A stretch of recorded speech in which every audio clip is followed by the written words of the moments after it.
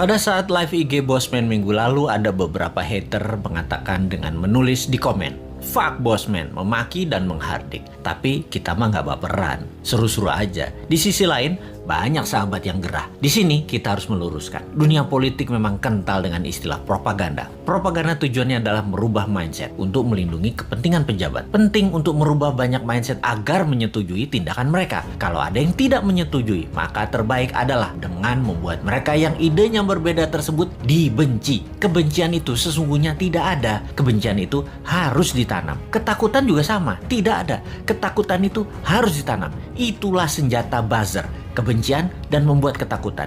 Itulah tugas pelaksana propaganda yang dalam hal ini adalah mereka-mereka yang menamakan dirinya buzzer rupiah, yaitu mereka yang dibayar oleh pejabat untuk menyerang musuh-musuh politiknya. Tugas utama buzzer sekali lagi adalah mendengungkan kejelekan orang yang mengkritik tanpa solusi, tanpa niat memperbaiki. Sementara kaum Newman jelas niatnya memperbaiki bangsa yang utama. Gayanya nyeleneh, tujuannya untuk mendapat perhatian. Sekali lagi, nyeleneh, lucu, koplak, tajam kalimatnya, tujuannya satu, agar dapat perhatian. Tapi kalau mental pejabatnya tipis, ketakutan, insecure karena jabatannya takut hilang, telinga tipis, emosi tak bisa jaga dan tidak dewasa, kritik segar bersolusi dikirimkan para new minder, bikin hidup pejabat gelisah dan sengsara. Makanya panik mereka, ditugaskanlah pasukan buzzer yang jumlahnya 20 ribuan untuk menjadi pelindungnya. Begitulah kalau pejabat terdiri dari orang-orang yang tidak beriman, berlindungnya pakai buzzer, bukan pada Allah. Menanamkan kebencian itu program mematikan lawan politik. Ada sih sebenarnya dalam buku putih propaganda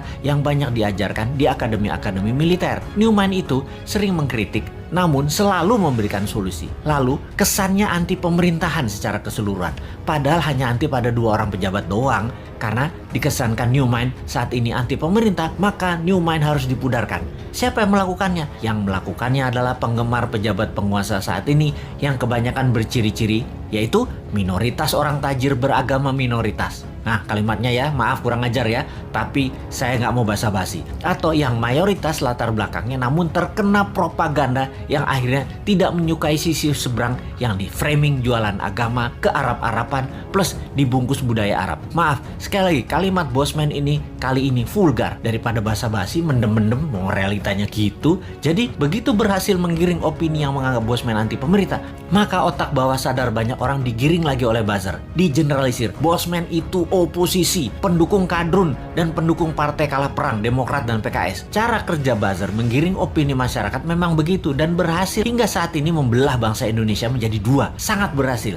Namun efeknya sekali lagi membuat bangsa ini terus aja banyak konflik. Kalau Bosman mengajak diskusi yang beda pemahaman bernegara, tidak membuat belah negara ini jadi 2. Old mind, new mind, tidak membelah rakyat di bawah tetapi menjelaskan adanya otot pengetahuan lain atau muscle knowledge yang itu akan menambah dewasa banyak pihak. Sehubungan dengan old mind versus new mind dalam konsep bernegara, Bosman mengatakan berkali-kali, new mind adalah siapa saja yang menganut MMT ekonominya, nasionalis patriotis, tidak tergantung asing bernegaranya, pro-life, mendukung sustainability lingkungan dan membuat Indonesia menjadi negara superpower di ulang tahun kemerdekaan Indonesia yang ke-100 yaitu tahun 2045. Mereka adalah para new minder. Fenomena ini, incumbent dan oposisi, keduanya pernah menjabat 20 tahun terakhir. Terbukti tidak membawa Indonesia menjadi negara superpower. Makanya Newman bertanya, 24 tahun ke depan masih mau sama mereka lagi pola pikir dan pola tindaknya, atau mau main baru pakai bernegaranya ala Newman? Inilah demokrasi. Kalau kalah Newman legowo juga, nggak muring-muring ngacak-ngacak demo-demo,